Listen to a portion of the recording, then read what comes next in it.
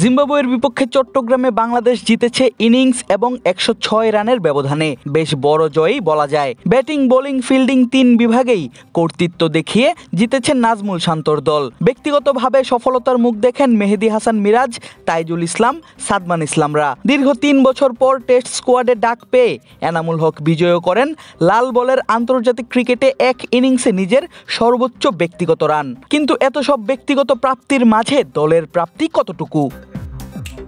মোটা দাগে জিম্বাবুয়ের বিপক্ষে 2 ম্যাচের টেস্ট সিরিজ থেকে বাংলাদেশ দলের প্রাপ্তি কোনো কিছু নেই বললেই চলে।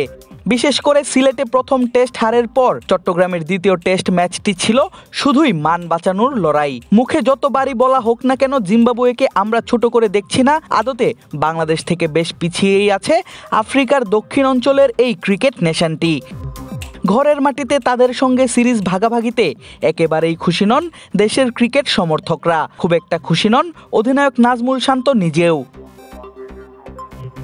আদতে জিম্বাবুয়ের বিপক্ষে টেস্ট সিরিজটি ছিল মূলত বাংলাদেশের জন্য অনেকটা ওয়ার্ম আপের মতোই। কেননা বাংলাদেশের পরের টেস্ট সিরিজ থেকেই শুরু হবে আইসিসি টেস্ট চ্যাম্পিয়নশিপের নতুন সাইকেলের যাত্রা, যেখানে ঘরের মাঠে বাংলাদেশ খেলবে ইংল্যান্ড, ওয়েস্ট ইন্ডিজ এবং পাকিস্তানের বিপক্ষে।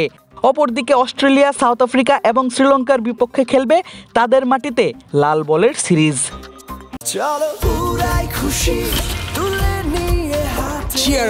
চলো উড়াই খুশি। আগামী জুন মাসেই বাংলাদেশ দল যাবে শ্রীলঙ্কা সফরে।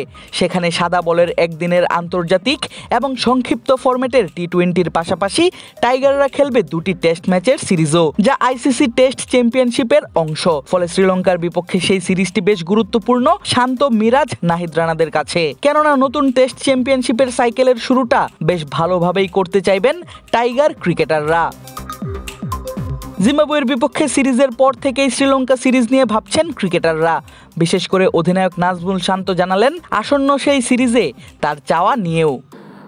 শ্রীলঙ্কার সামনে সিরিজ খুব ইম্পর্টেন্ট, ওটা টেস্ট চ্যাম্পিয়নশিপের একটা খেলা, সো খুব গুরুত্বপূর্ণ। আমি যে জিনিসটা চাইবো যে আমাদের স্টিল টপ অর্ডারে আমি চাইবো যে বড় রান হোক। আমি কখনোই এরকম চাইবো না কেউ 100 করে আউট হয়ে যাক বা কেউ 40 করে আউট হোক, 50 করে আউট হোক। আমি এই জায়গাটা চাইবো যেন লম্বা ওই 2টা ম্যাচে লম্বা 2টা ইনিংস হয়। লম্বা মানে অনেক লম্বা, যেটা আমার মনে হয় যে সম্ভব। শ্রীলঙ্কায় ভালো উইকেট থাকবে, যেই কন্ডিশনে থাকুক এই জিনিসটা চাইবো। এবং পাশাপাশি আমি চাইবো যে আমাদের পেস বোলাররা যেন ভালোভাবে কন্ট্রিবিউট করতে পারে। 9 দলের টেস্ট চ্যাম্পিয়নশিপ বাংলাদেশ গত সাইকেলে শেষ করেছে পয়েন্ট টেবিলের সাথে থেকে। 12 ম্যাচের 4টিতে জয় এবং 8টিতে হারের দেখা পেয়ে, যার মধ্যে সবচাইতে উল্লেখযোগ্য ছিল পাকিস্তানকে তাদের ঘরের মাটিতে 2 ম্যাচের টেস্ট সিরিজে হোয়াইট ওয়াশ। বাকি 2টি ম্যাচের একটিতে টাইগাররা জয় পায় নিউজিল্যান্ডের বিপক্ষে এবং আরেকটি জয় দেখে ওয়েস্ট ইন্ডিজের বিপক্ষে। আগামী 2025-27 টেস্ট সাইকেলে হোম কন্ডিশন কাজে লাগিয়ে এবং বিদেশের কন্ডিশনে নিজেদের মানিয়ে নিয়ে আরও ভালো অবস্থানে যাবে বাংলাদেশ দল, এমন আশাই রাখতে চান দেশের সাধারণ ক্রিকেট সমর্থকরা। আদিব আশরাফ, ক্রিক ফ্রেন্জি।